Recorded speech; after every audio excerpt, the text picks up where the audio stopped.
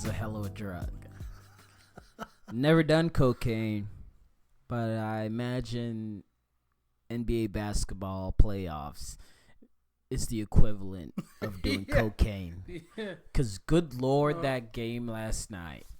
Yeah. I mean, all the highs and lows. Every emotion possible checked off. Like all of them. Actually all of them. I had started watching the game with Tyrone and Berto, and then they left. I think they left before KD got hurt. And then that happened. And from there, I ended up watching the rest of it by myself. And I was just, thank God they left, honestly, because I was already getting, like, way into it and stuff. And then that happened.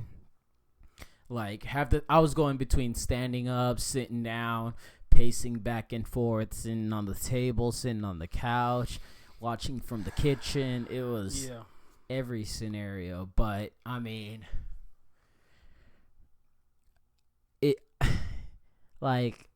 this is going to be one of those things people look back at, and a lot of the people that have, like, come to hate the Warriors, and it's just like, yo, respect. We did not respect the greatness we're witnessing. Because this is, like, for me, and everyone's like, oh, you're on the Warriors bandwagon, whatever, blah, blah. I'm like, one, like, they play fundamentally fun basketball to watch. Like, they play the best team basketball I've ever seen. Yeah. That's, like, simply put, it's just enjoyable to watch. And they have the two greatest shooters ever. So it's like, it's just entertaining basketball for someone that loves basketball, the sport, loves the NBA. They are the epitome of what the league's supposed to be and how the game's supposed to be played. So I just have great appreciation for it, and they're fun to watch. And, you know, it's crazy to have the run they've had this past 5-6 years, however long, and it's just been so cool to see. And they've dealt with everything, but they still managed to gut it out. Yeah. And through all that, so it's just cool watching in that sense. But I think for me, part of it was like, you know, one of the things I love to watch now is like sports documentaries of stuff that happened in the 80s, 90s, all these things that you witness. It's like, yo, this was wild. And I've started to notice where I'm living in it now, where I'm like, yo, the documentary they make about this 20, 30 years from now, it's going to be insane. And some of those moments have, like, the Patriots run, the stuff with, let's see. There is, I mean, the Floyd Mayweather, whether you like him or not, what he's done in boxing. Serena Williams is one of those. We've had so many, like, transcendent athletes that have just dominated in insane way. We've had some phenomenal teams we got to watch, and moments like the Alabama, their run. There's so many teams you're gonna, 20, 30 years from now have all these documentaries, and it's going to be cool because, like, just like how, like, I grew to love the Bad Boys, never watching a single game, right, but just through the documentaries and stuff. And it's cool getting to talk to old heads that lived through that, and kind of getting to hear from them. It's just so cool. And, in come 20, 30 years, I'm going to have that same experience, whether it's with my kids or whoever else, younger people. That's like, yo, you live during this. It's like, yo, we live during, like, peak basketball time. Got to witness arguably the greatest basketball team of all time. Yeah. And so that's the part of me, for me, where it's like I'm on the other side of not hating the Warriors. There's no in between. People just either hate them or not. And so that's part of where, like, I stand on that. And, I mean, yesterday, that game was just the cherry on top on the run, like, their franchise. That solidified their greatness. Like, they can go on to lose the series. That game, like, that game 5 solidified it right there. And it's so interesting that you say that, because we're now teetering dangerously close to what a lot of people make fun of the 3-6 Mafia for. And the 3-6, if you don't know the 3-6 Mafia is basically the Braun boys and the Braun stands. because LeBron fans have kind of got to the point now where everything that LeBron does now is just solidifies the fact that he's the greatest of all time, where to the point where it almost devalues winning. And if you notice, ever since 2015, you've seen the conversations change around winning. The importance of winning goes down. Why is that? Because if the importance of winning goes down, the legacy of LeBron goes up. I'm not here to bash LeBron. That's not the point of this.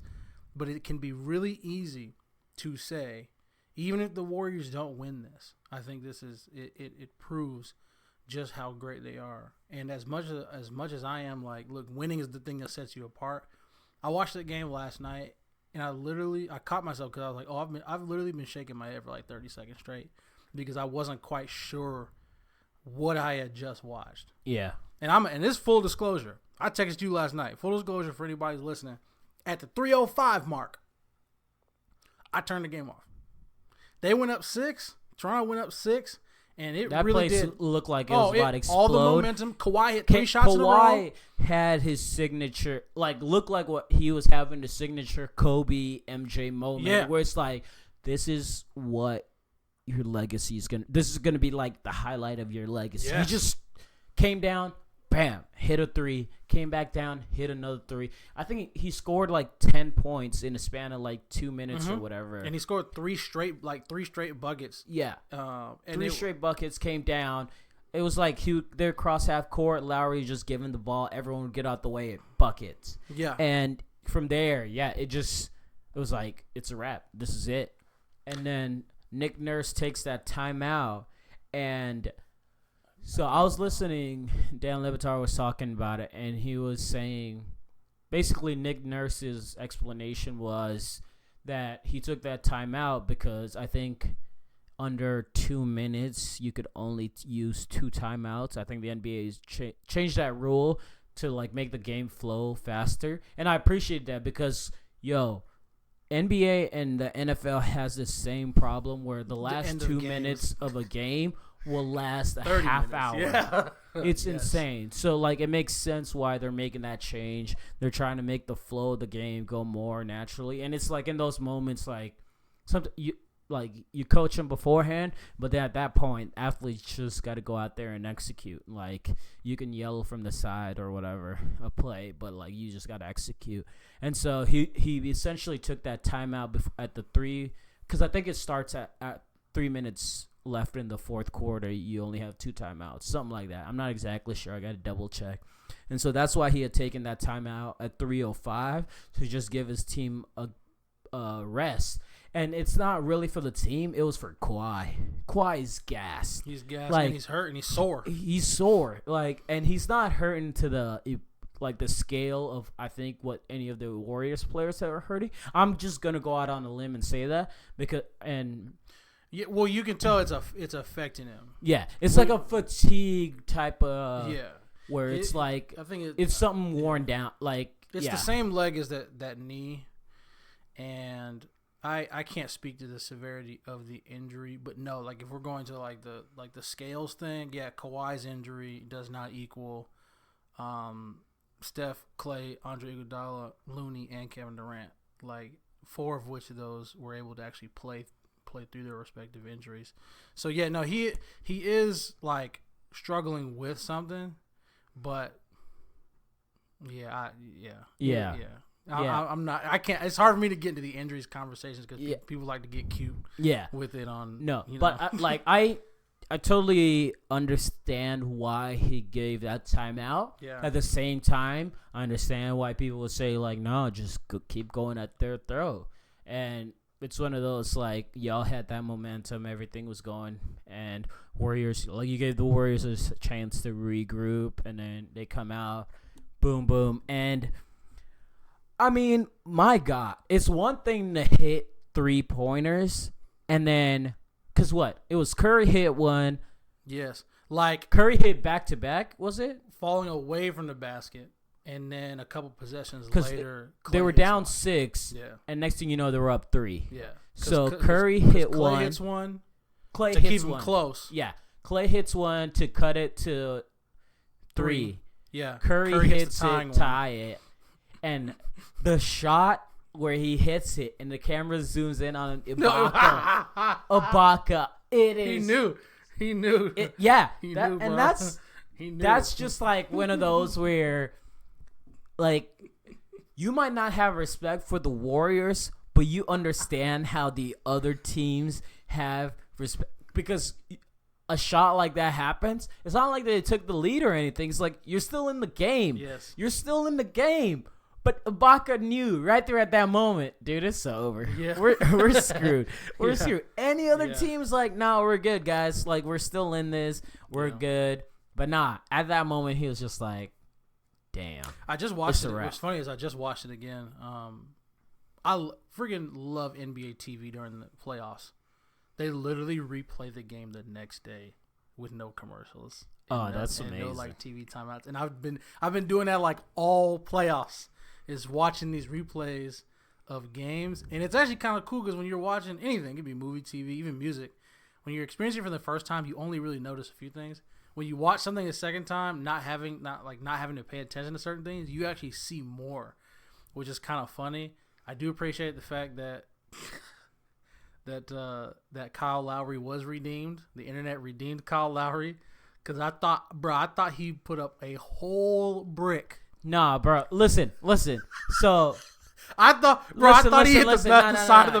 No. Draymond got like a fingertip on it. Yeah. I think he was gonna miss way worse, bro. I think Draymond slowed that shot down. You saw the way he. No, you saw. Your boy was gonna hit the opposite top corner of the backboard. He was gonna hit the backboard, break the shot clock. Oh my God, he was gonna knock the shot clock off. To me though, even if he had, like, say if Draymond gets none of that shot, the thing that it was weird because again, people get on Nick Nurse, and again, like if you want to talk me into that timeout, that's fine. As a Warriors fan, and I know like knowing what's going on with them, I like straight up ones and zeros. That timeout was more helpful for us than it was for the Raptors. Yeah, in the most impactful way I can tell you, if you watch that game. Kyle Lowry had scored like 5 or 6 buckets on DeMarcus Cousins alone in the second half, either by like dribbling and just like stopping and letting DeMarcus fly by him. Yeah, and then he would hit a layup, or he would shoot a jumper. The third time he fell for the pump fake, I wanted to go into like just smack him. I wanted to yell, take him out, Cousins. But then I thought, oh yeah, Looney's not playing. Like Looney's done. Yeah, which is crazy, and I'll get to that. Looney in a second, but. This is where Nick Nurse and Kawhi need to take a page from LeBron. There is no player on this planet better at resting on the court than LeBron. Nobody better. If Kyle Lowry has hit 6 points in the fourth quarter alone on DeMarcus Cousins, you've got the center switched on your point guard. Why don't you bring up the ball and just go, here you go. Yeah. And I'm going to just sit over here on the wing. If you need me to shoot, I'll shoot. But otherwise, I'm going to give me a breather. But the difference is like they rely on Kawhi so much, bro.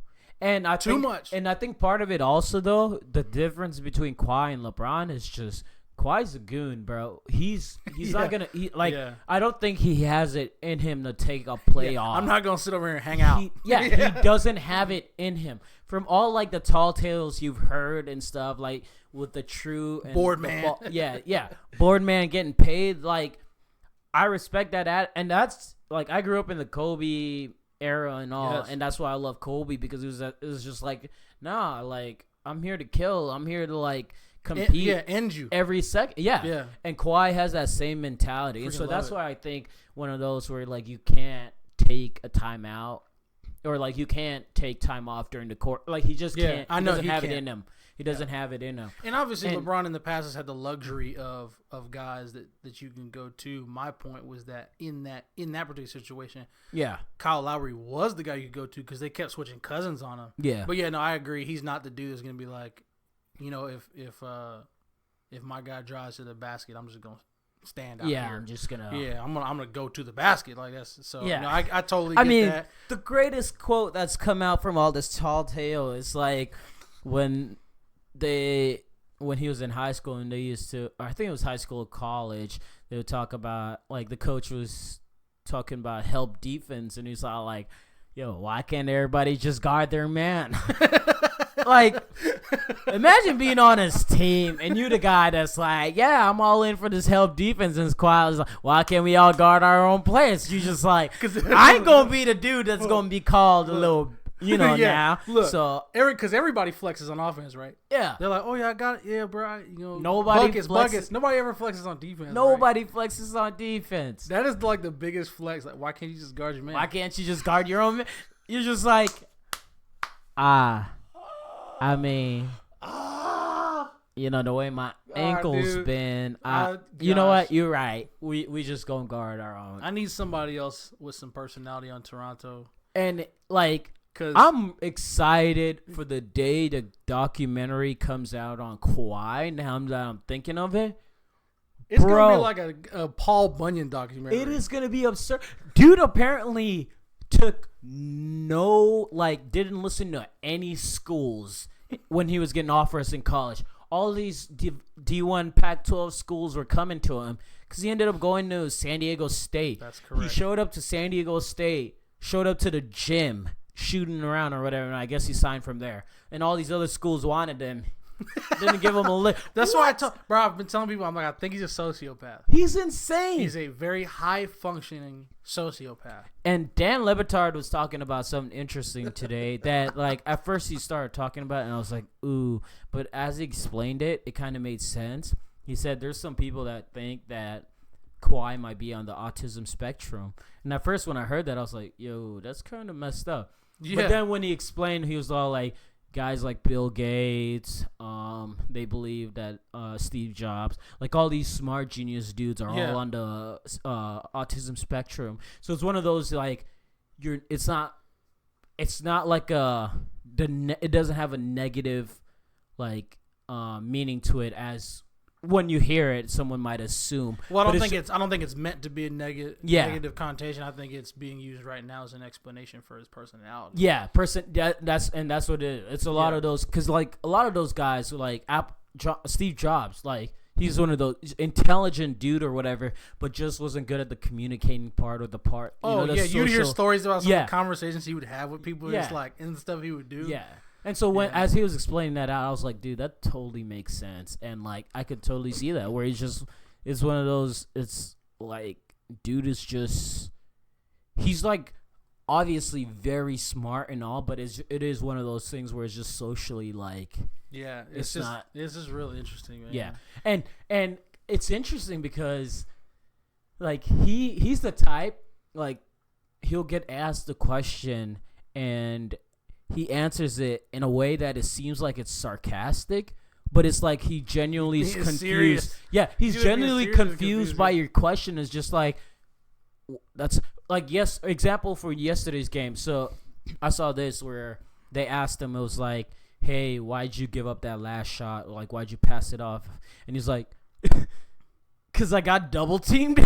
He legit looked so confused on his face. It was just like, and he wasn't doing it to be an asshole or anything like that. It was genuine. But that's one of the things that, like, kind of, I feel like now that the more I think about it, the more it makes sense, because the ability to think abstractly, and the literal thought process. That's why as he once Dan said that, I was thinking about it and like just thinking through Remember the where do you go from here question? Yeah. We go back to Toronto for game. Yeah, just a very literal, literal that's thinker. Yeah. That's interesting. It's very interesting. But yeah, I mean, I forgot what we were even talking about. But dude is insane. Dude is crazy. Yeah. And but yeah, back to that timeout. So yeah, they took that timeout, and then the other thing that's so underrated about those threes is, boom, first one, Curry or Clay. So fast. Bro. Clay is coming off a screen, catches it, fades, hits it, wet. Second one, Curry's coming off. They're all three. Curry's getting triple teamed. So he's going to the corner. I just watched this play in goes to slow-mo. the corner. DeMarcus Cousins sets the screen, and it's like he stands there. And this was the annoying part, because he basically like stood there, set the screen. Van Fleet kind of ran around it. Curry hits a three. Couple minutes later, same play, but they called that offensive late. They called a moving screen. Yeah, moving screen on it with like 40 seconds. Oh my god! Which I'm not once to say the fix is ever in. But good Lord, did the refs they gave Toronto all the chance to win that game. Yeah. All the chance. There were two things that stood out to me. One of the was things the that moving screen. Yeah. But even before that, when they were down 103-100 and DeMarcus Cousins tipped in, like dunked. That was off the rim. You look at it, you're like, that's clearly outside the cylinder. That's outside. Like clearly outside the cylinder. And the I hate Mark Jackson and Jeff Van Gundy because they're just so against Warriors. Mike Breen wasn't helpful either. Even they were like, yo, as soon as they saw it, they were like, yo, they're gonna count it. That's off the cylinder. And then they counted, and then so they gotta be like, oh yeah, no, okay, I can see they didn't have a cool. It's like the bet. So overhead shot. You watched see the circle. You see the ball outside of the circle. That's all you need. The progression of the way they talk about it is infuriating because I'm the type of person where like I actively try not to be a conspiracy theorist. So when I see stuff that's blatantly like that's weird, I get super frustrated because I'm like even if it is a conspiracy or even if it is they have been specifically instructed to frame things in a certain way, there's nothing I as a fan can do about it. Yeah. We've watched the past 5 years of playoffs and looked at each other and been like, oof. Can we just watch this muted? Yeah. Like I can't listen to these cats It's so anymore. bad. So the crazy thing about that tip was when they first showed the replay, both Mark Jackson and Jeff Van Gundy, just like you were saying, were like, they should count this. Yeah. Clearly outside the cylinder. And they showed the view from under and behind the basket, which visually you wouldn't be able to get a good view if it was outside the cylinder in the first place. And Mike Breen out loud says, well, from that angle, I don't know. And I'm like, of course you wouldn't know because there's no way to tell if it's outside the cylinder from that angle. And when they make the call, ruling on the court is confirmed. The goaltend, all two of them, I think it was Mark Jackson and Jeff Van Gundy both go, yep. As if that's what they were saying the whole time. I'm like, y'all just said that they should count it, and now y'all are saying. I'm like, what's going on? So garbage. And I'm not even gonna refute the moving screen because he stuck his hip out. You're not supposed to do that. The problem is, everybody does that. Yeah, especially the centers. Marc Gasol specifically is one of the worst. Both teams do it. He's one of the worst. So it's like it's one of those. Okay. Both teams do it, and it's like one of those. It's like a 50-50 call. You can't call it at that moment of the game. You can't. Matter of fact, Fred VanVleet was trying to get one called on Draymond Green, and Draymond Green just bowled him over. Yeah. I was confident. I was like, yo, they're going to blow the whistle 100%. Yeah. And they didn't blow the whistle. I was like, oh, my God.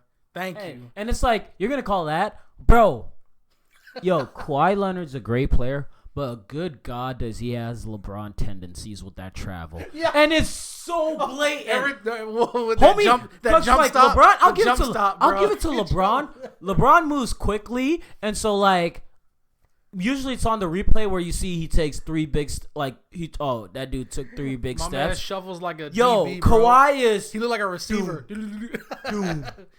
Doom. Like yeah, that because every time he's getting like caught up in the lane or whatever, so it's 1, 2, 3. You just see the third one land. They throw up the ball. Boom. He gets a foul call or like he throws up the shot, and it's just like, yo. And it gets more and more blatant each game. There was that one where, the third one. It was like the big one where he like passed it up and the dude came down and dunked it. And I thought Steve Kerr was about to get a tech because he was so livid. And like they all were, and that was when part of the run. So mad. Yeah, and I wouldn't have blamed him if he just came on the court and just cursed out the refs. Yeah, bro. It was wild. And the other thing that frustrates me so much is, bro. They gave Draymond a tech for turning around and just like he didn't do it at anybody. Like it wasn't pointed at any of the refs. He looked back at his bench, and it's one of those like, bro, like game 5, man. Because game 5, and now dude has 6, and like, yo, he gets like. Say this goes to game 7. Mm-hmm. One, Toronto's going to be playing, trying to irritate him, trying to make him draw that 7th tech. Guarantee you Kyle Lowry is going to go full Chris Paul. It's going to be bad. It's going to be bad. Fred Van Vliet, too. Van Vliet. I feel some type of way about Van Vliet, but we ain't going to get into that. Oh, yeah. We're not even going to pay him. Chris Paul gets leeway because he's kind of nice. Yeah. Fred Van Vliet, they just made him a hero out of nowhere, but it's like, you ain't great on defense. Like, you quick, you can keep up with Curry, but like holding on to the dude at all times is not playing great defense. I need Steve Kerr to unleash Steph Curry on Fred Van Vliet and stop running him around screens, bro. Yeah.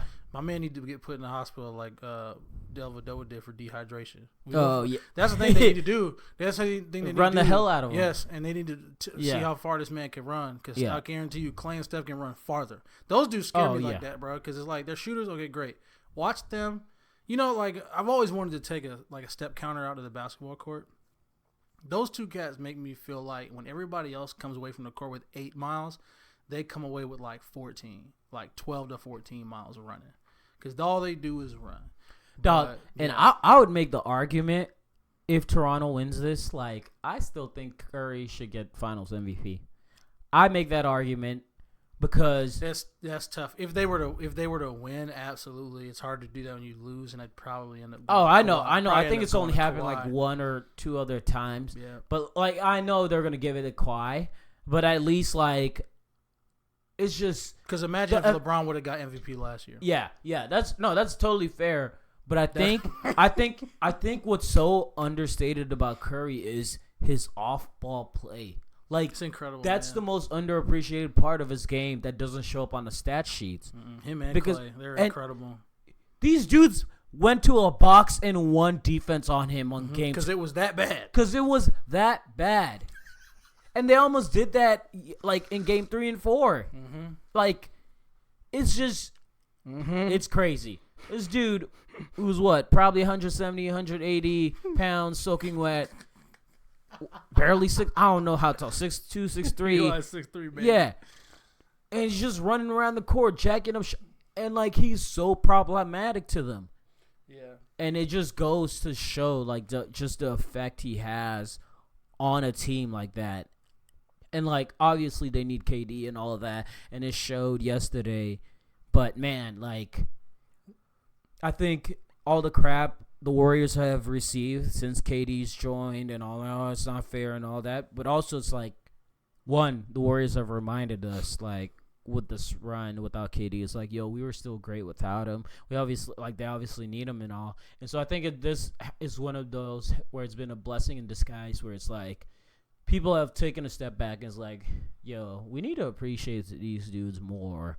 Because, like, yo, they're just some ballers. There's just some ballers. Like the nerves.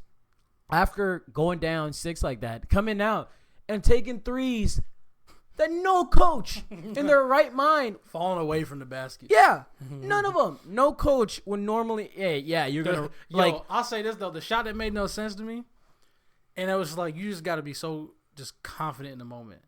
Because he didn't pump. He didn't look to pass. It just happened.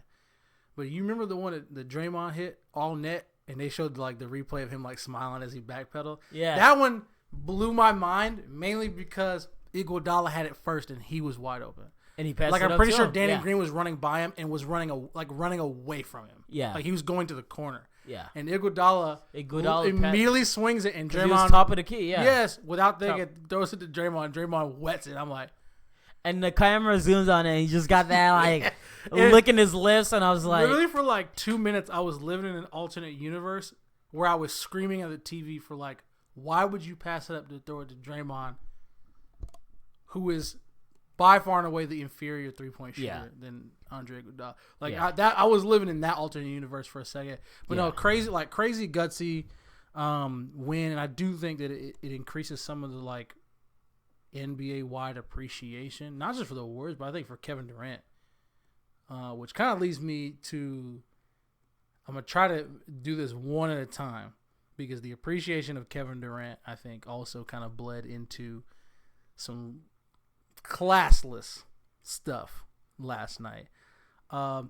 Screw all of Toronto. Yeah, we're gonna get to that because we're gonna get to that because I'm still feeling some type of way because even today, man, I'm not going to be the person. Never will be the person that says, "Oh, if such and such wasn't hurt or such and such was healthy." I'm never gonna be that person because injuries happen to everybody. Like that's just like the reality. You can't live in the alternate reality where it's like, oh, if they were healthy, we'd have won. Therefore, your win doesn't count. Like if Toronto wins, I'm not going to be talking about injuries in the sense of like, oh, Toronto didn't deserve it. Yeah. Toronto deserves, like if they win, they deserve everything that comes to them. But if when I talk about injuries, it will be more of like, dang, what if? Like what could have been? That being said, if the 11 minutes that Kevin Durant played doesn't tell Toronto fans exactly what would have happened had he been healthy this series, I don't know what. Like we're talking like people, because that's the thing. What was funny is like KD wasn't even playing, and people were saying that the Warriors could potentially sweep. I never believed an ounce of it. I'm like, Toronto's too good, and the Warriors are too tired and beat up for it to be a sweep. Best case scenario, Warriors in 6, and obviously that's not the route that we've gone. Yeah. So there's that type of appreciation, but I think, well, I found it curious that the media spent so much time talking about how nice Canadian fans were, literally all day. Canadian fans are so nice. Canadian people are so nice. I'm like, yeah, Canadian people might be. When it comes to sports, they're some of the dirtiest people ever. This is the group of fans that have literally poured beers on outfielders during tie games in the postseason. Oh yeah, like in baseball. Like they were talking about that and all. And I heard somebody earlier today and was like, "Yeah, y'all haven't watched hockey games, right? Because hockey games, bro, completely different." Yeah. And I wanted to give him the benefit of the doubt. I was ready to give him the benefit of the doubt because I was like, okay, KD goes down. There's cheering that happens to be going at the same time. Yeah. Maybe something else happened. Yo, I went back and watched it again, and I'm like, oh, y'all scum, bro. First of all, there's that one dude right there on this court just kind of waving at him. And you realize most of the people behind him is waving. Yeah. And you're like, all y'all scum, bro.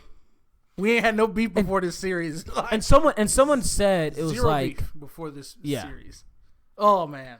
And someone said, some people were saying like, oh, maybe they were cheering because like they didn't know the severity of the injury at the time or whatever. It's like, what level of injury would have been? It's like it'd have been okay to cheer. Yeah, like it doesn't justify it at all. Like minor injury, severe injury, in between, it doesn't matter. Injury is injury. Also, dude has missed the past month off an injury. So he's coming back off of that. So for him to re-injure the same leg, like in that moment already, oh, this is bad. No matter what the severity of it, this is bad. Like Ibaka was heated. Despite the injury, Ibaka was heated. Kyle Lowry tried to defuse the whole thing. And the thing was all like, oh, well, they turned it around and they start. It was like, because they forced the players for it. Like, the players forced them to do that and all. And because like, they realized how freaking dirty it was. Yeah. And they were cheering his name as he went out and all that. And I'm like, oh, okay. Yeah, no. That was total garbage. And to me, it was something like that. It's just like, man, that's so cowardice of y'all. Because it's like, you have zero faith in your team. Yeah. That shows how much faith you have in your team. Like, they knew the Warriors were about to run off 3 straight. That's why. Yeah. If I'm me, it's like, yo, I want to beat you at your strongest. Because say they go on to beat the Warriors, and it's very likely they can, it's like there's always going to be an asterisk in this series for them, in this win for them. Yeah. Like, yo, yeah, you beat this team, but it was a even depleted if not team. From fans, that's what the media is going to be talking about. Yeah, the media's about it. Toronto thinks, and I'll say this. I think fans would be happy either way. If KD played and they won, they'd be happy. If KD doesn't play and they won, they'd be happy. But I'll tell you, as a fan, as somebody who loves the game, there's nothing that has driven me more insane than the conversation that surrounds 2015 and 2016. Because the conversation around 2015 was Kyrie was hurt. Yeah. The conversation around, and then all of a sudden in 2016, we were told to shut up about Draymond Green and Andrew Bogut and the fact that Steph Curry was basically playing on one leg. Like we were told to shut up. So it is. It as a fan, like, it sucks. It would. I mean, you still have your championship, but part of it would suck knowing knowing for 11 minutes they knew very clearly what would have happened if KD would play it. But again, I'm not that like if Toronto wins, good on them. I'm not gonna invalidate their championship if they win. They've played some incredible defense on the Warriors, and they've worn them out. I don't know how much the Warriors have left this next game and hopefully the game after that. But I have to ask the question. If the Warriors win the National Basketball Association championship. Oh, my God. Do we just, dissolve Toronto and then disperse their players to the rest of the league? Is that what we do? Do we, relegate them? Do we relegate them? Toronto's canceled. Drake definitely canceled. Do we fly out Maple syrup is canceled. Do we fly out to San Antonio just to dap DeMar DeRozan up? Bro, you know how drunk DeMar DeRozan gonna get. You know, he's just gonna be hysterically laughing at the screen. Katie get hurt. Clay get hurt. Dang, Kevin Looney get hurt. Y'all had 7 games to beat these guys. Y'all went up 3-1 and y'all couldn't beat them. Bro, you know DeMar DeRozan is cheering so hard for these cats to pull it off. 3 starters. 3 starters. Dealing with some sort of injury. Mm-hmm.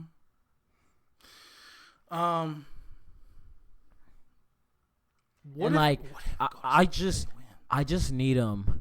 I just need him to have I'm sure it's gonna be highly unlikely because one, they haven't fully confirmed it's the ACL tour yet. I don't think they have. Who for Kevin Durant? Yeah, it's probably Achilles. Yeah. They said it's an Achilles injury, but it they didn't. If it's tore or Pretty sure he flew to New York this morning. Yeah. To get it so evaluated, we're still waiting for the official MRI results, but either way, it would be great if he was able to make it to the game Thursday because one, I think he appreciates just I think the fans need to show his appreciation. And I think they just need to bring him out. I think both sides would benefit from it. Yeah. In a big way. People were talking about, they should make sure he gets back to have him at center court for that game. And I'm like, bro, I just got chills just now thinking about it if they brought KD back. Yeah. And that junk would be what? Because that's it. Because Toronto's got home court advantage. So, no matter what, even if they win, that's the last game in Oracle. Yeah, forever. And so I think it would just be fitting because it's even if he only played there for 3 years or whatever, he's had an impactful. He's had impact on that franchise. His jersey will be put up in the Raptors for that franchise. It's deserved for him to just be able to be there with this team that last time there, and I think it's one of those things. I think he deals with something that a lot of people deal with in every aspect of their life is just wanting to be accepted. And you saw that for the longest time, he was just fighting for that acceptance in the sort of way where it's look, I'm the best player. I believe I'm the best player in the league. Yep. And I'm going to ball out and I'm going to show you. And he got criticized for his moves and all this stuff. Oh, you took the easier out or whatever. And he's dealing with all this other stuff. It's it's easy for and there's just a narrative of oh, you get paid millions of dollars to play this, and this. Suck it up. You're okay. And my God, if you've ever had that thought train, first of all, you're lazy. You're lazy, and you truly just are a terrible human being. You're just you are a horrible person because it's I know I will probably never reach to that amount of money and stuff, but just turn on your TV, go open up YouTube or stuff. You will see people with money, tons of money. That's why TMZ and all these tabloids exist because these dudes with money and stuff, money's not the solution to anything. That's such an easy concept, and it seems dumb talking about. But the idea to just try to write off someone's mental or whatever, personal issues they're dealing with is oh, you get paid millions of, suck it up, you'll be all right. Right. Like, that's just so garbage. Yeah. That's so BS. And that's why I said lazy, because the input, what is implied is that he's not going to be able to play. Like, if it's Achilles, and it obviously depends on the grade, depends on the structural integrity. It could very easily be a wrap. It's one of those things where if he does come back, there's a chance he won't come back the same. And even if he does, he's probably going to take it he'll be instructed to take it really, really slow, probably no matter which team he's playing for. Like, we could see a situation where it's like DeMarcus Cousins. Like, this dude's not playing until January, February of next year. So I think it can be it's one of those things where people forget, like, when they say, oh, you're making millions, you'll be all right. What they're saying is, like, I would be okay not doing the thing that I love for a year if I was making that much money. I'm like, bro, well, you're cool with sitting around. Maybe this dude's not cool with sitting around. Yeah. And doing nothing. So, yeah, it sucks, man. It sucks for the game of basketball. It sucks as a fan. I really, really hope for a speedy recovery, and even more than a speedy recovery, I hope he comes back 100%, because one of the best scorers we've ever seen. So, and if the Warriors come back and win this thing, Cleveland might have some competition for one of the top 3 sports comebacks of all time. Oh no, this would easily beat that. I think this would easily beat that.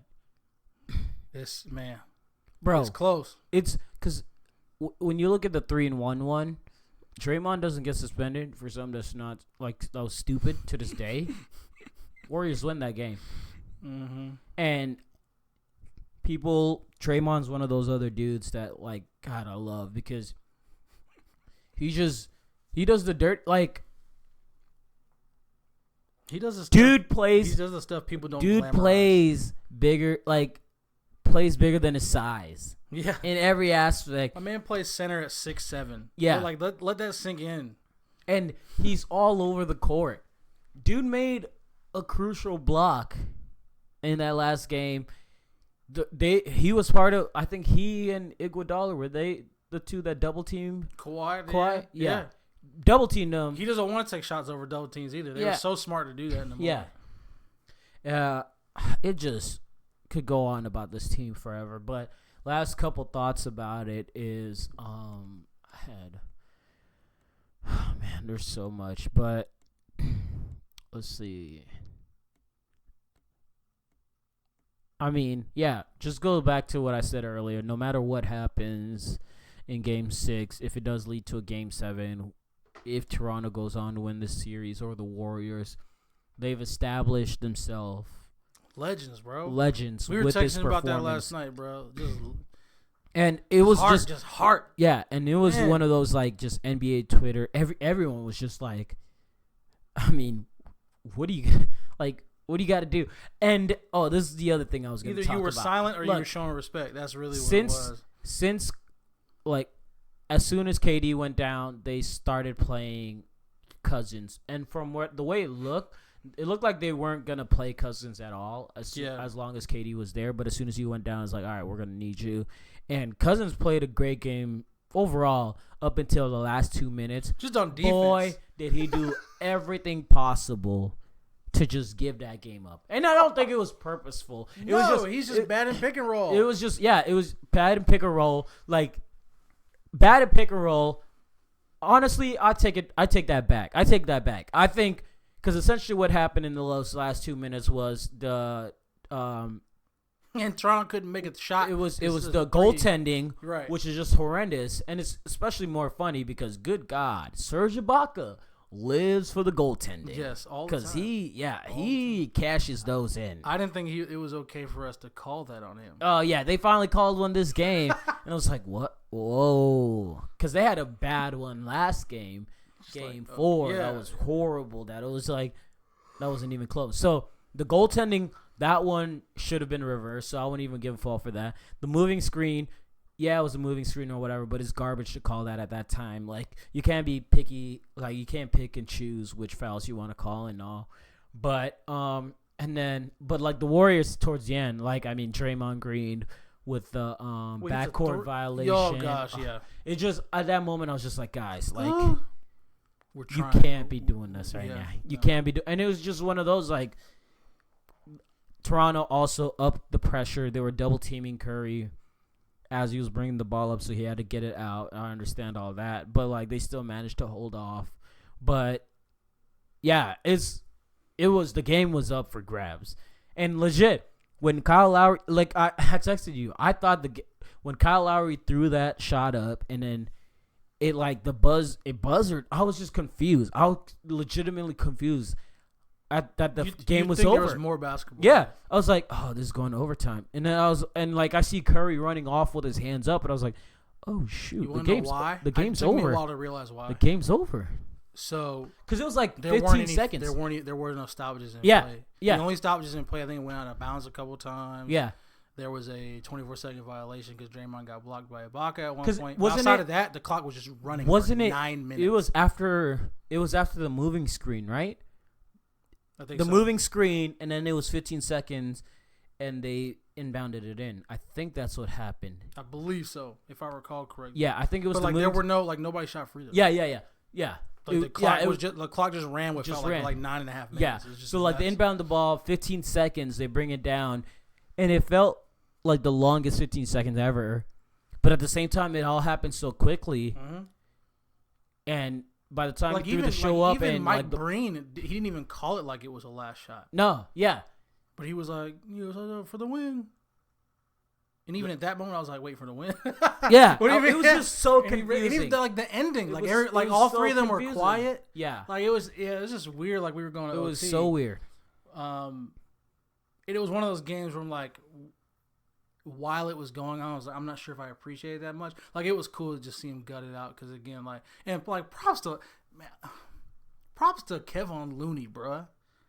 My man is actually broken. Like his upper body is actually I tweeted. broken. And my man said when after they were showing the game, the camera on him, I felt his pain. Well, so the thing he was questionable for, I think this or last game or both. They didn't want to bring him in for this game. After he got hurt. Yeah. But he's asked multiple times, and they're like, "There's no way you can make it worse. It's just pain." And he said after the game that was the thing. It was like that he'll probably play in Game 6, and I'm like, they even said it the announcer said it. They were like, "There's no way he can injure himself worse. Yeah, it's gonna be pain. Yeah, it's a matter of like how much pain can you withstand." And I mean, good God, like. I have mixed emotions about like when he went out. I have mixed emotions about that play too because he was already in the air for the rebound. Yeah. And if you ever played pickup ball, this has probably happened to you. And it's one of those things. Is it when Lowry took him out? It's one of those things you can't help yourself from being pissed off, but you can't quite tell the intentions of the person too. Like most of the time, I've had somebody on purpose undercut me, and we almost fought. Like it is just nuts. But that was a situation where I was so upset because Kyle Lowry slid in already while Kevin Looney was in the air. Yo, when my man hit the ground face down, because I know his ribs and collarbone at this point, I'm like, that hurt me to watch it. Like that was physically was painful for me to watch that happen. Yeah. Those dudes are dogs, man. We'll see what happens. Are they play tomorrow or the next day? Thursday. So it's Thursday, and if there's a Game 7, then it's Sunday. Warriors are gonna need big minutes from Bogut in Game 6, and they really will. Cause they're not doing Bell or Jones. And low key, Bogut would be great matching up against that team because Bogut could play great defense. Well, he's also an underrated passer. I was confused at why he didn't play much, if at all, last night. Yeah, because he actually put up really good minutes in the early games that he's played. So yeah, hopefully. Yeah, well, now it's going to be one of those, like, they just have to. And I think Cousins is getting – Cousins, I expect them to have another good game. I think he played a good amount of minutes after KD went down that last game. And, I mean, he was in for most of the fourth quarter anyway. And they're going to rely on him. And I think it's one of those that's going to be a matter of also just like, yo – I mean, this is all new to Cousins, that type of pressure, playing in that and all. And so, the more minutes he's getting acquainted to it, like, the more he's going to readjust and stuff. And I think that's the other thing where we got to give him a benefit of the doubt. Like, we've seen the Warriors in this situation the past 4 or 5 years. He's never been here. He's never been close. He's never been past the first round, I feel like, if anything. But so it's going to be interesting. But, I mean. Yeah, as a matter of fact, Warriors, his first time to the playoffs technically was when he was in New Orleans, but even then he was out at that point. He didn't even play. His first playoff game was this year. That's crazy. I don't even think he had even played in the first round while he was with the Kings. That's wild. Yeah. So it's all new to him, and he's, I mean, if he's able to keep his temper in check, like, he's great. He's great, and he hasn't showed fast. Yeah, he just reacts fast. I just pray they don't give Draymond a tech. I honestly was hoping they would resend that 6-1 they gave him, but it's not looking like they're going to. It's such a BS tech, but yeah, I mean, I need Steve Kerr to get a tech. I need that just to complete the whole the whole against cycle. the world thing. Yeah. Like, I need Steve Kerr to try to fight. Like, so Mike Brown literally have to like carry this man off the court. I need It'd be wild. It would be wild, but that one from earlier this year had to be the greatest thing I've ever seen, bro. Yeah. I thought he was actually gonna fight the ref. I know. So, Game 6. I don't know if I could watch it. I'm already like stressing about it now, just thinking. Luckily they gave us like 2 days in between to kind of like ease our mind a little, because after that game ended, I just wasn't sure what to do with myself, and I kind of watched all the pressers and stuff, and like that was the other thing about it. It took me a while to process. Because they interviewed Draymond, they interviewed all the guys, and just all of them, seeing them talk about the KD stuff, and seeing just how visibly upset they were with it. And one of the things, Mark Jackson and Jeff Van Gundy pointed out when KD got hurt and he went out, it was like, this is something you never see, where like 2 starters are helping carry a player out of the arena, out of the to the locker room, like while the game is still going on. It's like, yo, Steph and Iguodala were right there by his side, and you could just tell, like, and usually when something like that happens, like, this is where I also give Warriors the credit. Usually when something like that happens, a team's tendencies just crumble. They've dealt with this twice now. They dealt with this with Klay Thompson in Game 2 when he went down in the third quarter, like, and then Toronto ended up making a run, but they were able to hold him off. And then now also this way earlier in the game, a few minutes into the second quarter, and they were still able to hold him off. So like, just the resiliency of this team, and like, man, they're always able to just push it to that second gear, and whether they're down 6, 9, 10, or 15. They always got a chance. It was just the most frustrating thing ever. I know. Portland, literally all 4 games, they went down 15 points. Literally, it was the last 3 games all in a row. And it got worse progressively. I think the second Game 2, they were up 15. Game 3, they were up 16. Game 4, they were up 18. And lost all of them. Hey, but you know what, Portland? We appreciate y'all for at least getting the Western nobody. Let's be real. Portland would have never been there if the Lakers were healthy. No. Portland would have never, whether it been the Nuggets or the Portland Trailblazers, either one of them teams could have got swept by the Lakers healthy. Because whoever they beat them in Game 7, right? It was the Nuggets? Yeah. It was. No. Either one of them teams would have got punched. Yeah. Would have got punched. It would have, yeah. If the Lakers had any kind of, like, consistency as far as people. If LeBron hadn't gotten hurt at Christmas, it would have been like all the injuries. I feel like not all of them, obviously, because injuries happen. But like if they would have gained any kind of consistency over the course of the year, they would have punched half the teams that were in the playoffs anyway. Yeah, it was unfortunately one of the weaker endings to the West. Like, I appreciate Houston.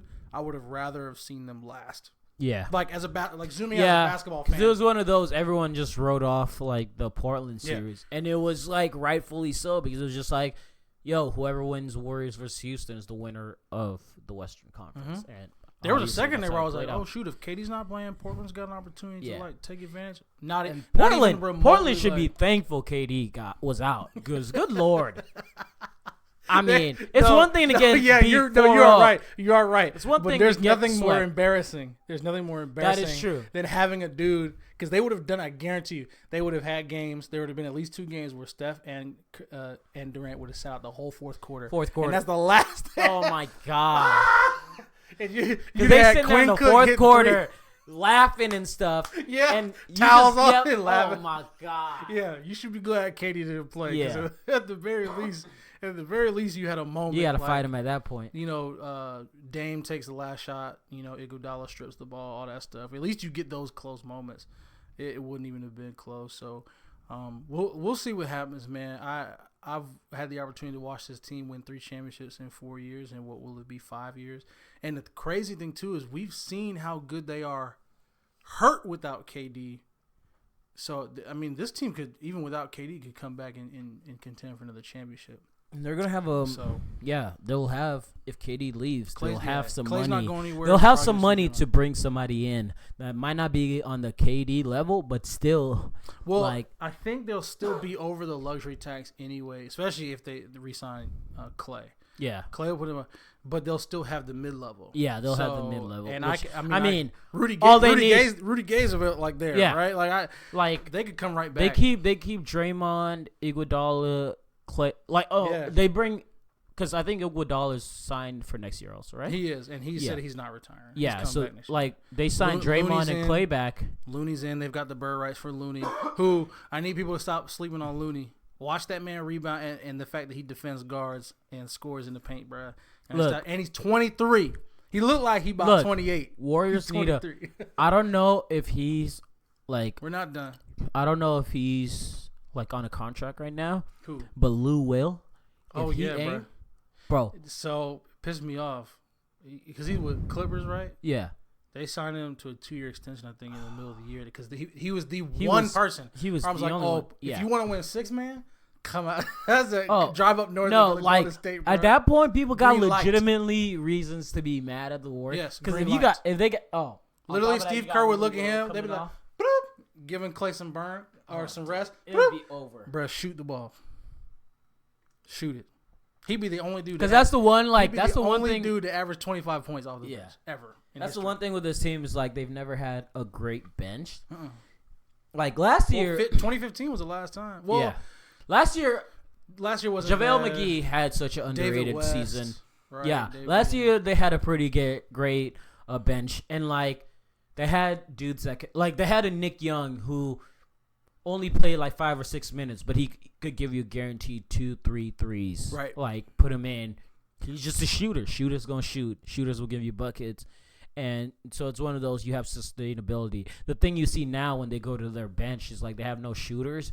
And so like and the only shooter they got is tiny. Yeah. Quinn Cook. Yeah. Like, he can't shoot over anybody or he can't really even get around anybody. Yeah, so you just see, and that's like where in the start of the fourth where Toronto cut that lead quickly, and like by the 4 or 5 minutes into it, it was basically almost tied because just with those dudes on the bench, they were able to make that run. So yeah, I was going through the list of UFAs this offseason. People are talking about obviously Kawhi, Kyrie, KD, Clay, Jimmy Butler. Bruh, all like if you need a superstar, it's there in free agency. If you need it's wide open. If you need like a second guy who can get buckets, there's there in free every agency. tier. If you need like to fill out your bench, it's that like. This is the craziest NBA offseason that I can remember since I've been alive. This offseason is going to change nuts. Change the outcome of Tobias the next Harris. 10, 15 years. Yeah, what's crazy is that I don't even think that's an exaggeration. No, it could because there's so many big players. It could change the way, like the course of a franchise for the next decade. Yeah, I think about Philly. I think about Milwaukee because Milwaukee, and even beyond that, like dudes coming in like Zion, RJ, John Morant. Like this with the draft class, this is gonna be the most insane summer in basketball with the draft. And like, I just thought of that. Like, yo, what if the Pelicans trade the number 1 overall pick? Like, what if they don't have the guts to? What if somebody really does offer like their guy and like a bunch of picks? But who would you want? Like unless you're getting Kawhi, Kawhi's the only. Like, I wouldn't even give LeBron for that. They definitely wouldn't give LeBron for that. Like, LeBron's like the first person. Definitely, like, you could take that out the Lakers picture. Should. Could you imagine? I would. I think the Lakers. That would be the closest thing to geeking out over a team that I'm not a fan of. If the Lakers were to trade LeBron for the number 1 overall pick. Oh my God, NBA world would lose it. NBA world would lose it. And correct me if I'm wrong, I feel like Lakers fans would be like the happiest people on the planet. I'd be like, yeah. You were like, I'd be straight. Zion, Lonzo, Brandon Ingram, I'll take it. I'll take it. Yo, we can be trash. Straight. I'm gonna enjoy watching Zion. I'm gonna enjoy watching Zion. That's the thing. Like, that's just the part that made me so mad about like him basically going to Pelicans. Like, I don't want to watch no Pelicans game, bro. I don't want to watch no Pelicans game. That's why I can't stand it. I don't want to watch Zion play for the Pelicans. Yeah. That's just the most frustrating part for it. No disrespect to the city, but nah, there's nothing about you that shrug. makes me want like, and it's not even a small market thing. It's just like you, Sacramento, and the Suns. The only thing and Orlando. I'm like, I want to watch. The only thing that I got faith for is that David Griffin's now running the Pelicans. Yeah, the dude who was running the Cavaliers when the Cavaliers were kicking everybody in the East tail. Talk about revenge, man. David Griffin, shouts out. But yeah, the Pelicans trade. Oh my God, I wouldn't mind Zion with the Lakers, bro. Would not mind that. Shoot, I wouldn't mind him practically anywhere. I wanted Atlanta to get the number 1 overall pick, Atlanta or Chicago. But anyway, yeah, NBA is wild, man. The talent's only getting better, and the Warriors are not done. Everybody talking about end of the dynasty. Nah. What do you mean? Nah. We've been playing without Kevin Durant. They're gonna be all right. We've been playing without Kevin Durant since the Clippers series. Yeah. So I don't know what y'all are talking about. They will be straight. So we'll be all right. Somebody wants a championship. We've never had that problem. Oh yeah, it's there for the taking. Yeah. So but it's been a wild ride. It'll be 2 more games to go, and I'm so glad for 2 days break. Because I'm still tripping over last night. Dude, it was wild. I ended up being up another 2 hours because I didn't know what to do with my life. I was just like, it was one of those. I still wanted content from the game because I was watching all the pressers, watching everything. Because it was just I was glued. I was. The only thing I missed. The only thing I missed was. I apologize to all the people that follow me on Twitter. It's not that much, but like I was just on a roll with the retweets and tweeting and everything. It was a lot. Yeah, the only thing I missed was SVP because SVP is like right after. Yeah, so I was watching that. He had all that, all those guys on, and all. That was good. The more I watch that, it is crazy because I don't think I've ever watched SVP more, obviously after games than this year. Bro, I like that dude, bro, and I liked him before because I would see his like one big thing. Yeah. That he would do. I'd see him on YouTube or like they'd come on Twitter, so it was dope. Yo, he's got a tough job. Yeah, he it's does. 1:00 in the morning, and they're like, "All right, go on." They're like, you're the late show of sports. That's you. You're the late show of sports. And he kills it. Bro. He does. He does a great job. He freaking kills it. Yeah, they do it so well. Yeah. But last couple things. It's been a minute since we released an episode. I think it's been a month or whatever. But last time I was on, I was giving y'all my parenthood update. Legit. Where you at right now? What's going on listen, now? It's funny. So the last episode I was talking about like, bro, I need Crosby and Jasmine to get back together. Right. Yes. Or else I'm gonna lose my ish. And I think that was I was on the like, I'm on season 5 right now. So I think that's the last one, isn't it? I think there's 6. 6. Okay. So I'm on season 5, but I think that episode was like either I was either towards the end of season 2 or season 3. Either way, the next day, literally the next episode, they got back together. I don't want to say anything. I was happy, trying to spoil stuff, bro. They were camping out and whatever. He was driving off, and then she was like, called him back. It was in the rain, and like, I want to give it another chance. All this stuff, man. Pimps don't cry, but they shed a tear. And man, it was happy. Thug tears, bro. They thug tears, So almost finishing it up, season 5. That show, boy, I'm telling you, that show make me never want to have a family. Like, cause it's like, yo, there's a lot of great stuff about having a family, but here's all the terrible scenarios possible in every way possible. It is so true. It is absurd. But some of the other, I've like, now that it's summertime and also between traveling and a lot of downtown, also I've watched a lot of stuff. Just gonna rattle off some stuff. Have you watched Free Solo? No, dude. That movie is intense. First of all, I watched it on a plane. I watched it on a plane, which it's basically about a free climbers. So it's basically a person who climbs without ropes or any harnesses or stuff like that. I got anxiety watching the trailer for it, bro. That movie, documentary, whatever you want to call it, is insane. I think it's a documentary officially. Yeah. That documentary is insane. The dude in that movie, he's on the autism spectrum, and that kind of feeds into the idea of like what people think is with Kawhi, because basically the dude has like no type of emotion, but the only way for him to be able to get any sort of like emotion or like thrill or like kind of adrenaline chase is for him to just climb stuff with no harnesses. Climb these 2,000, 3,000 feet mountains, and it's like, yo, like you could die at any second, and it was like, all right, that's the point. It's cool. It's crazy. So like, watch that. It's wild. It's Free Solo. It's phenomenal. I watched Scarface for the first time. Finally, I've been meaning to get around for it. Good God, that movie is something else. First of all, it's thoroughly entertaining. Yes, one of the most quotables too. So quotable. Al Pacino is hella disrespectful, just like all the time. The whole movie, and just his like acting. Good God, like, isn't he Italian? I think so. My God. Oh, Pacino, yeah. Oh God, yeah. It was like, boy. And the funny thing is, because I listen to Dan Le Batard's show all the time, and like they used to talk about the movie all the time, and it was like 90% of the people that are casted in that movie are white.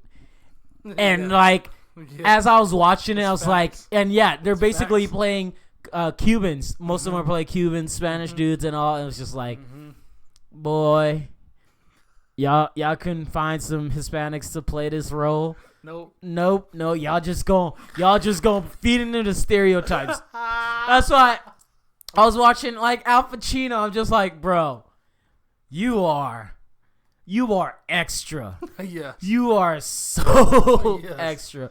But it was thoroughly entertaining. It was crazy. It was a fun movie. What else have I watched? I see there's this new movie on Netflix called See You Yesterday. It's pretty cool. It's short. It's only like an hour and a half. It's entertaining. It's about these two black kids that are like super smart, and they basically build they're for their science project for this like expo.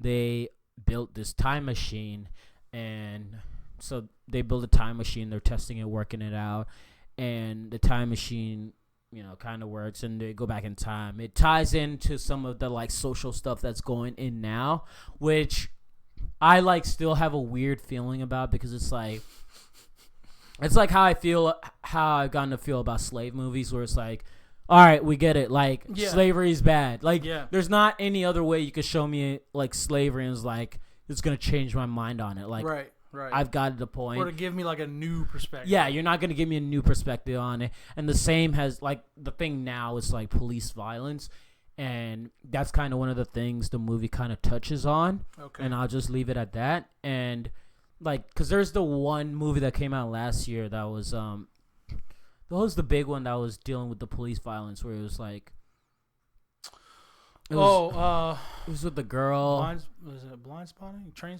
No, not Blind Spotting. It was like, I forget what it's called. Oh, The Hate You Give? The Hate You Give, yeah. That was one where I seen the trailer for it, and I just like, I couldn't get myself to watch it, because it was just like, one, it's just like, nah, this is too much, and like, it's just that same thing with slavery. It's like, okay, I've seen this all too many times, and like, there's not something different you can show me. But this movie like deals with some of that, and they deal with it in a unique way, and it's really fascinating. Spike Lee produced it. It's very entertaining. It's cool, and it's one of those where it's like, I like the part about it because you get like they cast it. The idea of it is basically these black kids that are smart as hell, that like doing all the stuff, and it's like they're portraying black kids in a way that typically isn't portrayed, right? And it's right. just like it's a cool like just the same way we felt with Black Panther, where it's like, yo, it's cool that we could see these dudes like being superheroes, being high class, all that. It's the same way with these kids, where it's like they're just normal high school kids that are smart and like, yo, they're not ghetto, none of that stuff, like none of the easy go-to stereotypes and all that. Okay. So yeah, entertaining movie, an hour and a half, real short. It's an episode of Game of Thrones if you're into that. So go watch that. There was another one. God, something maybe. Let me see. Oh, always be my maybe. Always. Have you seen that? No, I've heard nothing but good things. Is it Ali Wong and what's his name? I forget bro's name. God, yeah, I'm mad. Yeah. Oh yeah, I've heard nothing from but good stuff. Atlanta. Is he in Atlanta? Yeah. Dang. The black dude? No, the Asian guy. Oh no, not that. What's it? Hold on. I'm so mad.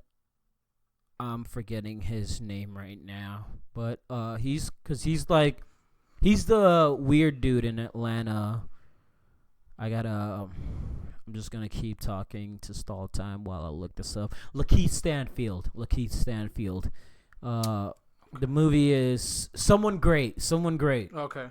So it's like supposed to be a rom-com, and it was one of those, you just have your mood sometimes where like it was Saturday night.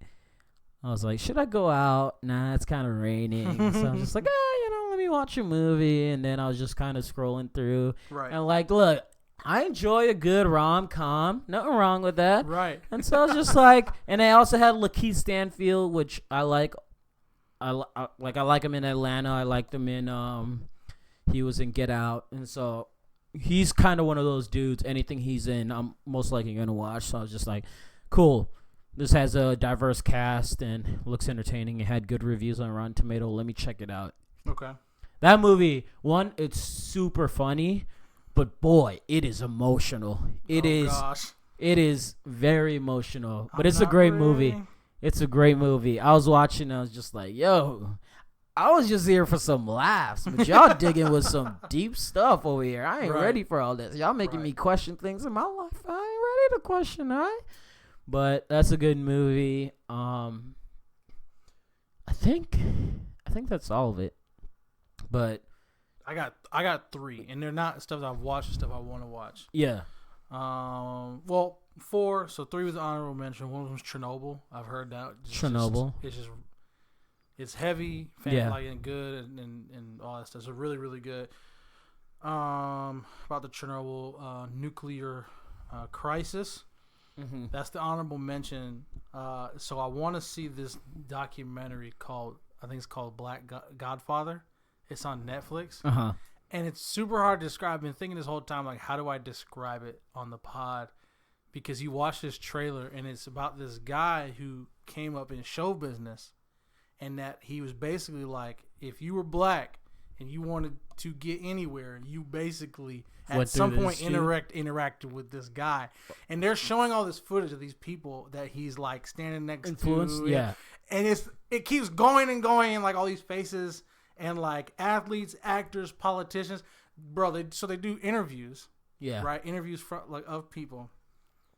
Jamie Foxx and like some basketball players, some boxers, and all of a sudden Barack shows up. And I was here and I watched, I'm like, bro, who is this dude? Like, it's called The Black Godfather. I think it just dropped because it like on Netflix? I just turned on Netflix. Dang. And it was just sitting there, a banner. The trailer started. Oh, I was like, actually, what the heck? I heard a song. Pharrell released a song that was something like along the lines of Black Godfather on Spotify last week, and so now that makes sense. I think it's one of the tracks on that because I had seen something about like Black Bro, Godfather. Look it up. on it. I'm gonna see if I have time to watch it tonight. Yeah. Like I'm sitting there. You know, you ever like be scrolling through Netflix? Yeah. You already got something in your head you're about to watch. The trailer started playing. I'm just sitting there frozen watching, like just watching Bro, it. I'm Netflix like, is the worst for that because I'm just like, Well, they dog. auto play trailers. Yeah, now. dude, it annoys me. One, because I'm like, yo, I hate watching trailers. I personally hate watching my trailers God. now. I refuse to watch a trailer. I'll just go into a movie blind and like, I like it, I don't, because trailers just now ruin 90% of movies. So I was just like, I go off like reviews. Yeah. And also like a lot of people tell me it's a good movie, I'll watch it. And Yeah. so, but yeah, that like, I have to keep it on like the choose like which profile screen because it's like you as soon as you click on it, bam. TV shows and movies will just And start half the playing time it just terrifies me because it starts playing out of nowhere. I'm like, yo, chill. So let me just get this drink real Chernobyl. quick. Yeah, Chernobyl, Black Godfather on Netflix is absolutely ruthless. So Black Godfather's on Netflix. I'm gonna try to see if I have time to watch that tonight.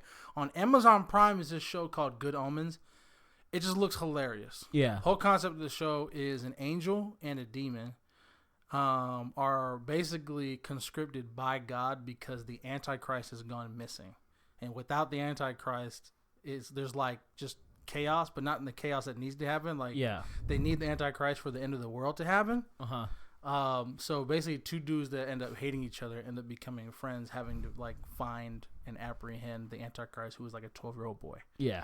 So just, I mean, it's just ridiculous and absurd. And if you know anything about David Tennant plays the demon.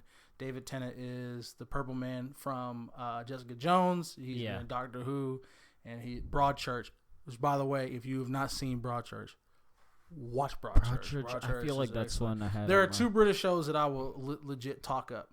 One of which I've seen all of. The other which I have not seen that much of at all. One was Broadchurch. The other one's Luther. I need to watch Luther. Luther is Idris Elba. All right, so yeah, Good Omens, and then obviously I need to sit down, and it's probably gonna take a while because I've heard a couple of these episodes are pretty crazy. Black Mirror. Bro, I just watched all 3 yesterday. Did you watch them the same day? Dog, yeah. Me and Tyrone were there. I learned in the first day that you shouldn't do that. Me and Tyrone were sitting there. We watched the first one, and then the second one just played. And I was like, well, we might as well finish the third one. Dog. The first one. I need you to watch the first one. The first one is so well done. I mean, all 3 are well done, but the first one is just full Black Mirror where it's just like, you're like, this is happening now. I'm just struggling to understand this concept because this one thing is happening, but it's one of those. And then the second episode is like all 3 episodes are so good and they're all different, and it's just one of those Black Mirror typically where it has you start thinking about everything and just like look at the world in a crazy way. Because Anthony Mackie's in it. Yeah, right? he's in the first one. I've heard it. He was good. Her Miley did a good job. Miley did. In hers, so she's in the third one, I'm and then the second one I really like. The second one is one of those. It's just like, man, it's a lot. The second one is emotional. The second one's really emotional, and so, but yeah, no, Black Mirror. Only 3 episodes, but they're all super good. I love that show, and I mean, like as long as you're gonna keep giving me quality content like that, I will take down. it. Yeah, I will take it. Keep going. I'm down. That's kind of all we got for y'all. We're going to go ahead, get on out of here. Culture Discourse Podcast. We'll do at least one more episode in the summer. We're probably not next week because we'll be in Cincy. Oh, yeah. But the week after that, we'll do kind of NBA recap one. I want to do NBA superlatives. I've seen someone do this someone tweeted it, and I think had the idea a few months ago to do that. That would be pretty funny. Like, they had, what was the one I seen? I think they had it on Houston. It was like, they were most likely, oh man, I forgot what it was.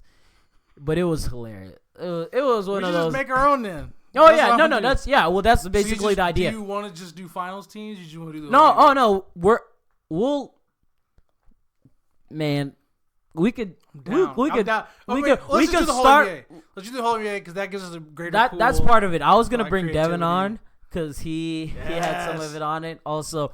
But yeah, I think because some we could easily knock out and others, but like Houston would just be like most likely to ask the substitute teacher like, hey, do we have assignment? Like, it's like, what's the extra credit or like, what's the assignments we have? Yeah. And it's just like, yo, bro, we just reading. Chill out. Why you doing the most? But no, I think that'll be fun. So one more episode for sure. Will be out in 2 weeks. How to get this? This was kind of like an emergency episode because a lot happened yesterday in that game, and as you saw, we spent most of it talking about that game because we just had to, and it was crazy. It was one for the ages, and that's why the NBA is the best. Why the NBA, and it just goes back to the whole point. People that continue to say Warriors ruined basketball. You have not been watching basketball. You are That's not why I tweeted. You saw what I tweeted last night. I was like, yo, I heard this was boring. Yeah.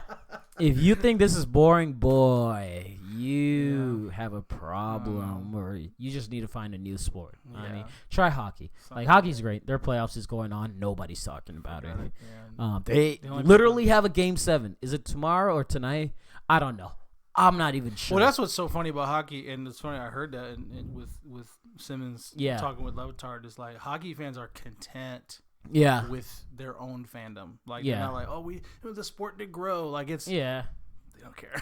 Like if you it's whatever. And I'd be following it. The Canes were still in it, but they're not. Same with the Sharks. I don't care. Plus, I don't like the Blues or Boston. Yeah, it's like the two. I don't like the way the Blues won against the Sharks. And hey, Boston. Like I like I like the Patriots just because of like I kind of chose them when Moss got at it, and I've kind of stuck with them ever since. But despite that, I like despise Boston, all of it. Like everything about it is just gross. All the people, just the sports fandom, the way they treat athletes, everything about it is gross. And I'm just ready to the point when I move to another major city that has an NFL team where I'm like, all right, Tom Brady retires. I'm like, all right. I am cutting ties with y'all. Let's go Rams. Let's go Raiders. Let's go Chargers. Let's go somebody. Let's go Niners. I don't know. Somebody West Coast. Hopefully by then Seattle or I don't know. What am I talking about? Seattle does have a team. I'm thinking basketball. But somebody. I'm ready to cut ties with Boston solely because of the fans. Hey, Rams out here, bro. Yep. LA Rams, baby. Oh, no. That's my second team, dog. Yeah, that's my second team. I'm telling you, we are poised, bro. I just need people to stay healthy. If we can get a Kyle Shanahan, Sean McVay, Jimmy Garoppolo, Jared Goff rivalry, that would be incredibly. That'd be good for everybody, let alone us fans. Yeah, that'd be good for the NFL. That'd be great. The only downside is they would not be able to see each other in the Super Bowl. But I'm like, it was like 49ers or Seattle. They went to you go to the NFC Championship game a few years in a row, and the NFL ratings had never been higher. So anyway. Yeah, Boston. And I think honestly, the NFL could benefit from some of that, having like the same teams battling each other. Like, I mean, when you had the run with the Seattle Steelers and Patriots play each other like the past few playoffs, and Patriots dominated most of it. Ravens but those and are always Steelers will play entertaining. each other. Yeah. It's good to have those rivalries, those games that occur every postseason. So it should be good. Gonna go ahead, head out here. Once again, you can follow us on Twitter at CDiscoursepod. Yes, sir. You can follow your boy at Thundercat Felix. Why Thundercat Felix? It don't matter. Mind your own business, all right? You can follow me at Chase Armstrong on Twitter. You can or at Discourse Podcast. Specifically, as the final start, what you got to say. Yeah. Give us your outrageous basketball takes. And if it's outrageous, just might respond. So that's all.